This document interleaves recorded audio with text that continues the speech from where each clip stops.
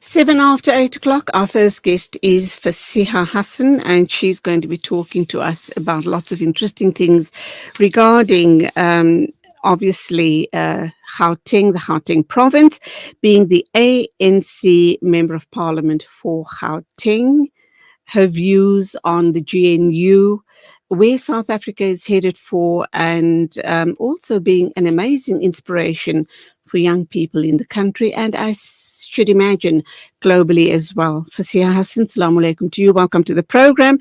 What a pleasure to have you on the show this morning. Walaikum salam. Julie, just a quick correction. I'm the ANC Youth League National Spokesperson. So I'm not Thank you. the spokesperson for the Gauteng Legislature or ANC caucus in Gauteng. Okay, let's just scratch that bit out. So you are the spokesperson for the ANC Youth League. Brilliant. Apologies for that. And let's get cracking then on with the interview. So what does this mean? What is this position that you hold? And how active are you going to be going forward?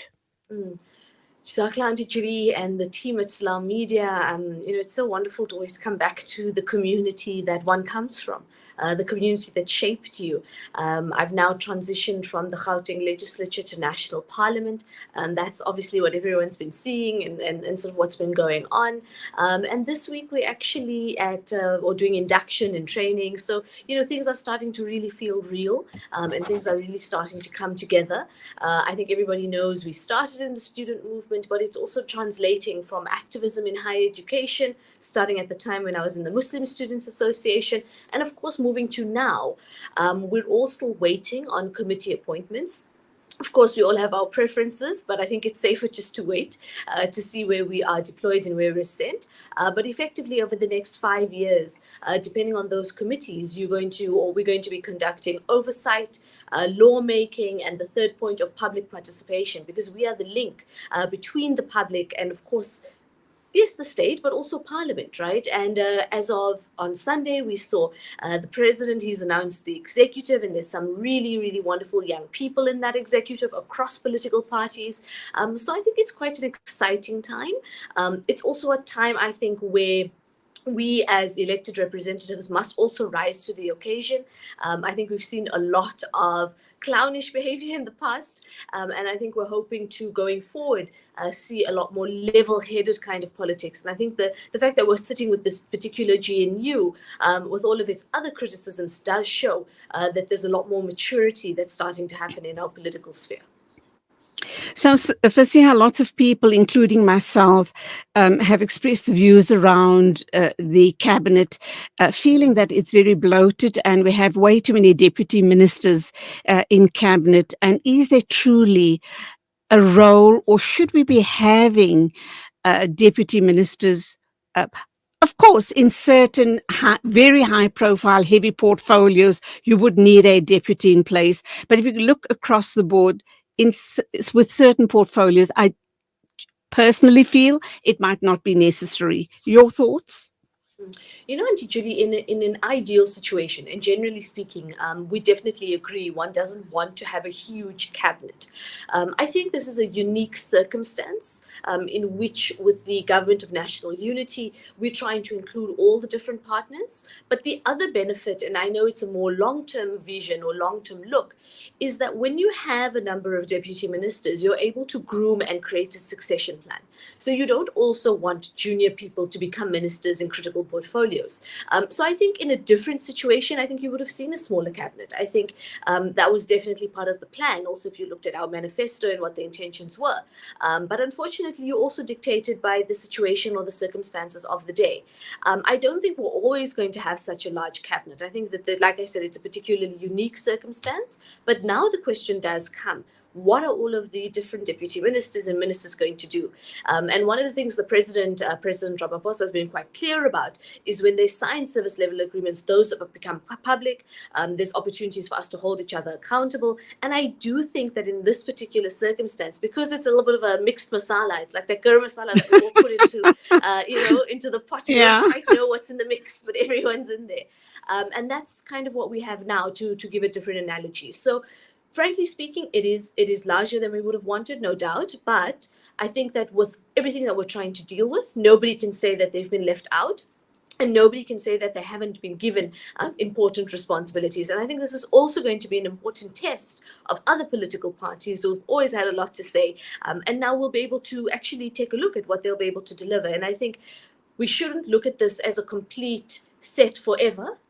You know, if we find in the next round, whether it's 2-3 years from now or 5 years from now, whatever it is, if there's a need to remove and we need to cut people out, that will also happen. So it's also not like set in stone. And I think that's the important point to make. It's not always going to be like this. Okay, so you indicated earlier on that for now everyone's waiting to hear when and how they're going to be appointed in terms of the portfolios that they will be heading up. Can I ask what's your preference? What would be your preference? Definitely something community facing. Everything, of course, is about service delivery, but in different shapes and forms. Many people don't know this. I think everyone knows this in the higher education space, but I'm actually a lawyer by training.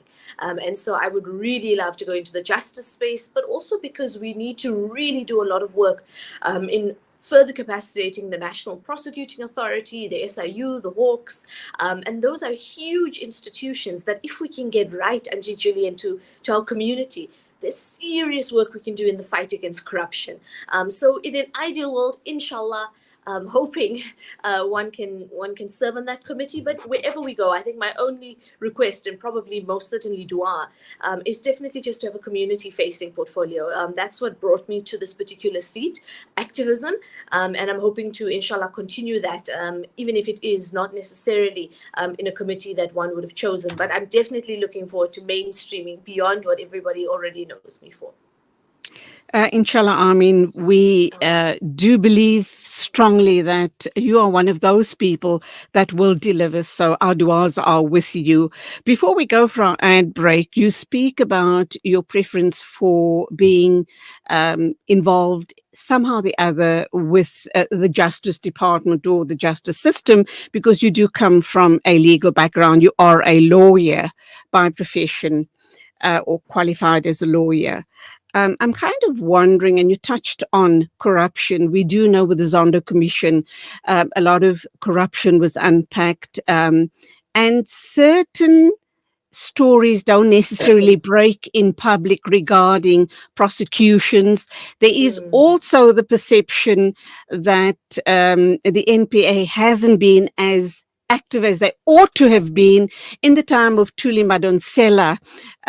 Everybody really praised her to high heavens because all of the prosecutions that she undertook were very, very public. So it might be unfair to say that the NPA is not as effective as they should be because we're not sure what's happening behind the scenes. How do you view the situation? Because as the public and as media, we do jump on our high horses very quickly because we perceive work not being done or the wheels not turning fast enough because we don't get to hear or see what's happening behind the scenes. Your sense of what's happening as far as the NPA is concerned, and if you do get involved in the space of justice, do you believe that you can be active in a big way?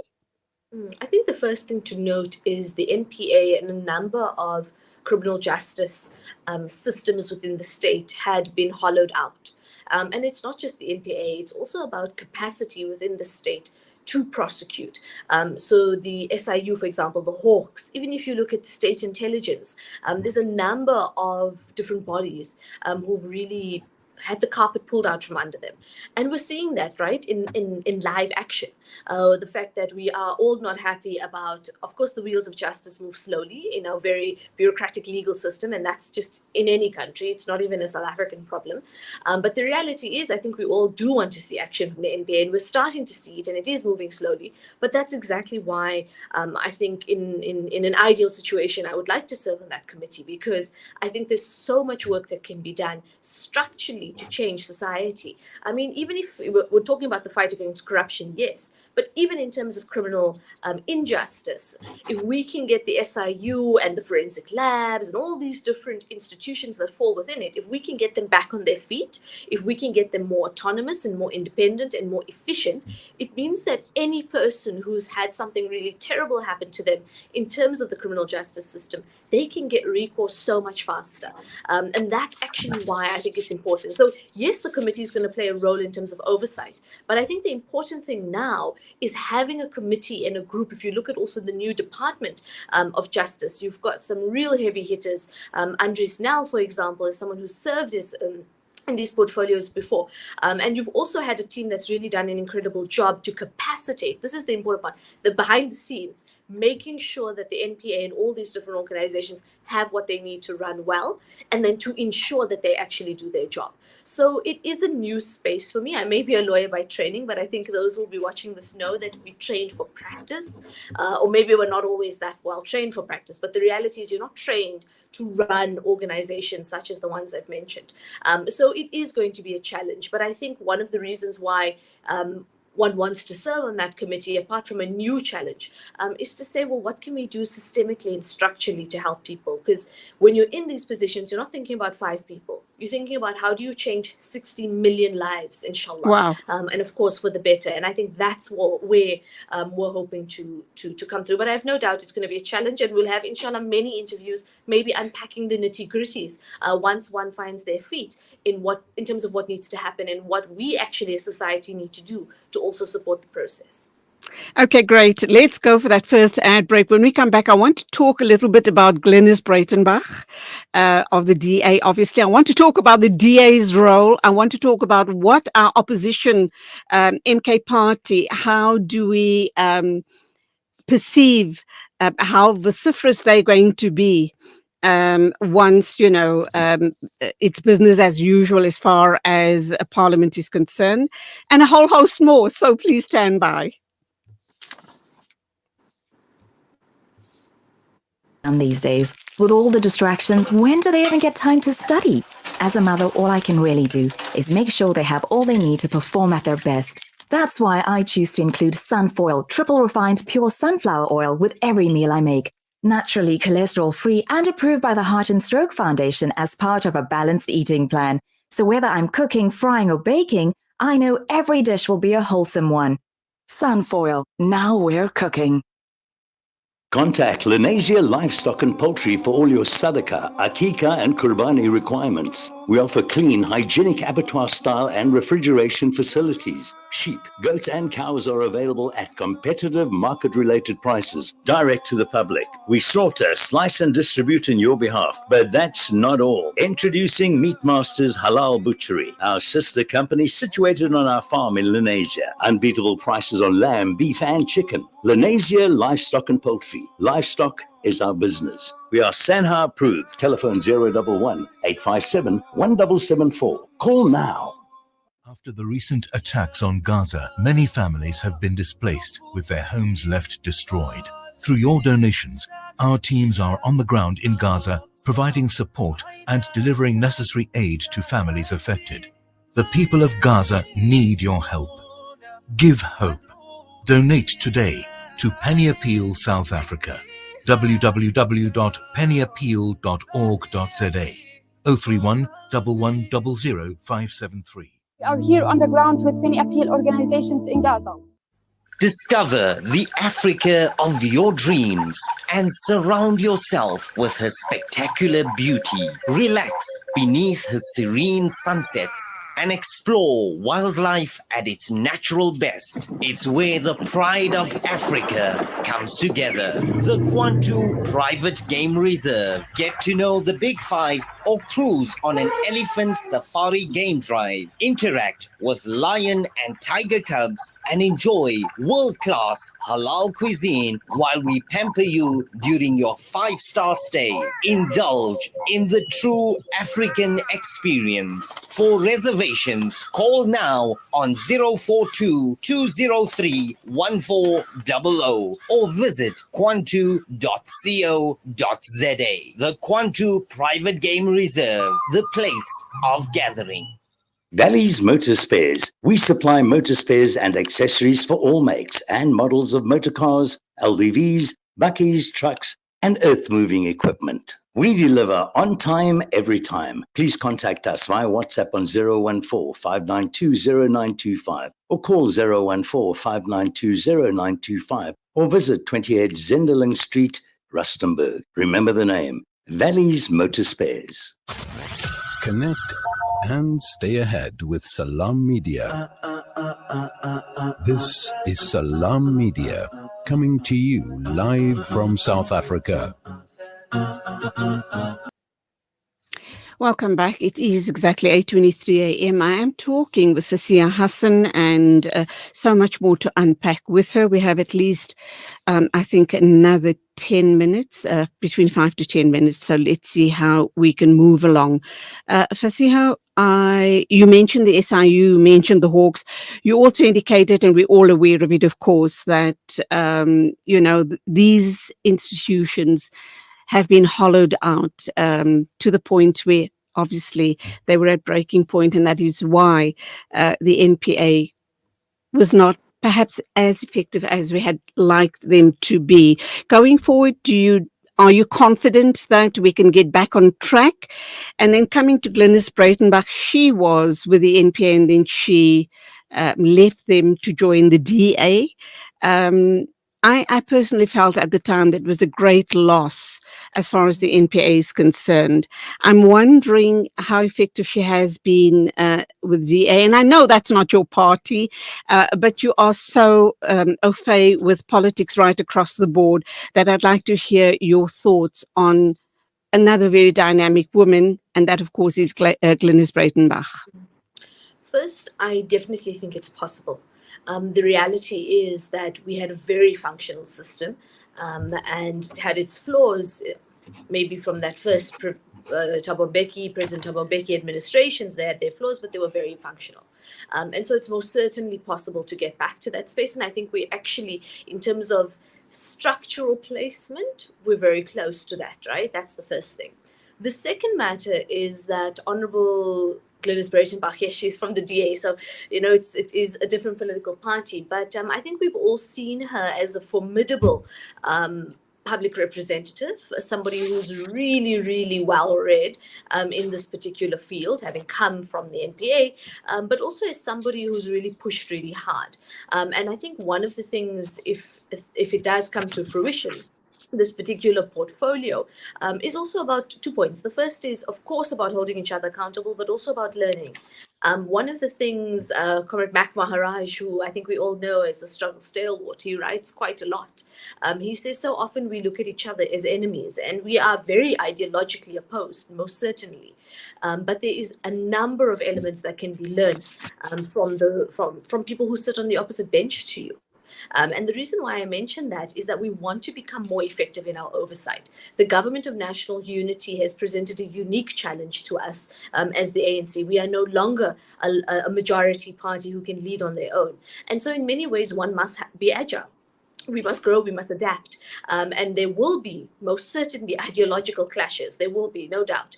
But there are also spaces in which we can work together for the future of this country. And that doesn't mean we like each other. It doesn't mean that we're always going to work with each other. But it does mean that the current political circumstance, given what the voter turnout was, what the electorate has said at the ballot, has forced us into this situation. So it's almost we must make the best of it, because if we don't, 60 million people will suffer if we are unable to form a government, which we now have, but more importantly, if we're unable to form a stable government. And for those of us who are from Joburg, who are from spaces in which there are coalitions, City of Tshwane, we've seen what unstable coalitions do. They really do collapse service delivery. And at the end of the day, it's about overcoming those egos. It's saying, what do we need to do for the better of the South African people? And I think that is one of those examples in committee in which we really can overcome some of those challenges and ultimately fight for our people. And that is what politics is all about. You don't necessarily have to agree with each other, and you're there to call each other out and to watch that the different parties and the different portfolios that they hold, that there is deliverables and corruption is absolutely wiped out. So yes, we do need different we do need strong opposition to keep everybody on their toes and to keep people accountable. And you are so right when you say that you don't need to view each other as enemies, because everybody is trying to work for the betterment of the 60 million people of this country. Yeah, it's very, very sobering, I must say. I'm wondering, what are your thoughts on GBV? There's been lots of talk, lots of committees, and yet we hear femicide and GBV on the rise. We're also told horrendous stories about women who report these incidents at SAPS. They're not being taken seriously enough. And as a woman, as a young woman, I should imagine these are one of the issues very close to your heart. What do you hope to see positive coming out with issues around GBV? Yeah, GBVF actually is one of, and you mentioned the word sobering, issues in the country right now. And we have amongst some of the highest rates. We're not the only country suffering with it. I think many Latin American countries are also suffering with huge, huge rates. But you're right, it's one that really hits home because it's not statistical, it's not academic. It is a lived reality for us, for you and me as well, Auntie Julie, because we could become that statistic. The first thing is that we've recently passed legislation. There are 3 different acts. I don't want to speak too much detail into it because for me, it's a bigger issue than that. It's actually around how you implement those particular pieces of legislation, but how you also make them more accessible. So, of course, GBVF is a societal issue. You're not just going to solve it with pieces of legislation because, unfortunately, we have an inherently violent society in South Africa. And I'm sure that stems from 300 years of violent colonialism and conquest, and of course, even more violent apartheid. And so it's almost ingrained in us, this systematic kind of violence. But the point that I really want to make, especially on the reporting to police officers, and this is where it's actually a very good example of where different departments, different spheres of the state have to work with each other, because it's not just one department. It doesn't technically fall under justice, but the reality is everybody has to work with each other. And one of the things we've been toying with, and by we, I mean activists on the ground in terms of young women and that kind of work, is we have these Tutugela centers, right, where you can report it. But what we would really like is to have social workers and other community touch points be able to report those things on the behalf of those women or those victims, let's say victims, to keep it more open-ended. Because we have had many horrific instances of going into police stations, SAPS officials, some very good and some just not only turning you away. I've had a constituency complaint in the past of a woman coming in, my boyfriend beat me up, and them calling the boyfriend to come to the police station to also lay a charge or to give his side of the story, but while she's sitting in the same room. So things like that are completely illegal, completely against the system that we're trying to create to make it easier, but also to create a safer space in which those discussions can happen. So it is about training, but it's also about how do we create different touch points where if a woman is afraid to go to the police station or doesn't feel like she's going to be heard, or a victim, they're able to go to a different space and have that particular social worker help them. Because often what happens is that the first thing that we need to do, apart from the reporting, is to do a whole list of examinations, make sure they've eaten, make sure they're safe, make sure they're looked after, before a person who's been a victim of GBVF, who is actually able then to come out of it and say, I'm ready to report. And that's a really much more structural issue. And you're quite right. It's something that I would really like to champion going forward into the 7th administration, but also maybe to say that it doesn't mean that we've left behind the issues of higher education. There's a good chance I'll also serve on that committee because we're going to have to serve on multiple committees. The ANC has lost 71 seats. It's not a nice feeling, but it also means a hell of a lot of more work for those of us who are there. So all of the issues that I've brought forward, even the issue on youth unemployment, all of those things are not going to fall by the wayside. I would say that this is in addition to some of those issues that we've been fighting. And now I'm excited to fight it not only from a community activism level, like I've mentioned, but also from a much more systemic level. Okay, and my final question, you mentioned the very important issue there, which we really need to spend a few minutes to talk about, and that is youth unemployment. If that is not addressed and very meaningfully, our crime rates are, it's bad enough. Our It's crime everything. rates, yeah, it is bad enough, but it's going to go absolutely through the roof. And with youth unemployment, we have issues of addiction, substance abuse as well, which all ties in. So it's really youth unemployment, substance abuse, and GBV. They tied in. And if we don't stem and if we don't address unemployment, this situation is going to explode in our faces. No, I fully agree with you. So often we think of one issue and we silo it. We're like, we have a high crime rate, we need more police. That's not necessarily going to solve the problem. We actually need to create drivers for economic growth and conducive economic growth, or rather an environment for that economic growth, so that we can create more opportunities. And the idea with the youth unemployment interventions are not only about creating jobs. Of course, that is primary, but we also want to create what we call economic opportunities. So those who have the acumen to start a business, not everybody is an entrepreneur, but many entrepreneurs may not necessarily have performed very well at school. So how do we provide the kind of support, financial and non-financial, for the small businesses to take it up off the ground? But also, how do we at different points create opportunities for capacity building? So often there's a confusion when people look at government programs. Government employment programs are not designed to employ you forever. And we actually can't, because 2/3 of the economy actually sits in the private sector.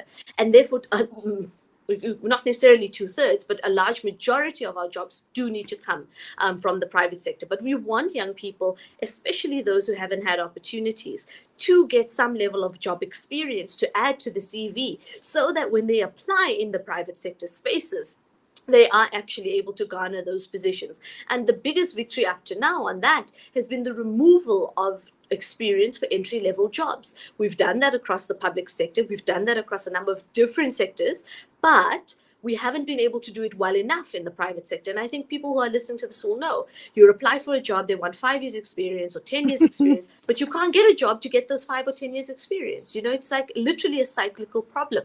So that's the first thing. And I also, Auntie Julie, I know I'm going a little bit off topic on this one, but I think it's important for me to also say, there's been a lot of uncomfortability with the GNU and our stance on Palestine. And I want to make it very clear to our community that our stance in Palestine is not going to change. It wasn't only Minister or former Minister Naledi Pandor. This has been ANC policy from the very beginning, and the GNU does not change it. There were certain points in the negotiations that we said actually are not up for negotiation. And our foreign policy is one of those things. BE was another one of those things in which we said, do not touch it. This is not something we're willing to negotiate or compromise on. And right now we have a new minister, Minister Ronald Lamola, who is incredibly capable. He's the former Justice Minister. He is very much a pro-Palestine advocate. He's someone we can fully trust, who'll be taking the ICJ case forward. And I think it's very, very important for me to say this, because so many people are worried about this, and we had hoped Minister Pandor would be appointed. We know that the powers that be made a different decision, but the reality of the matter is that we're going to continue to fight. We're going to see through the ICJ case, and we're going to ensure that our support for the people of Palestine continue, because this is one of those non-negotiable matters. Fasiha Hassan, what an absolute pleasure talking with you this morning.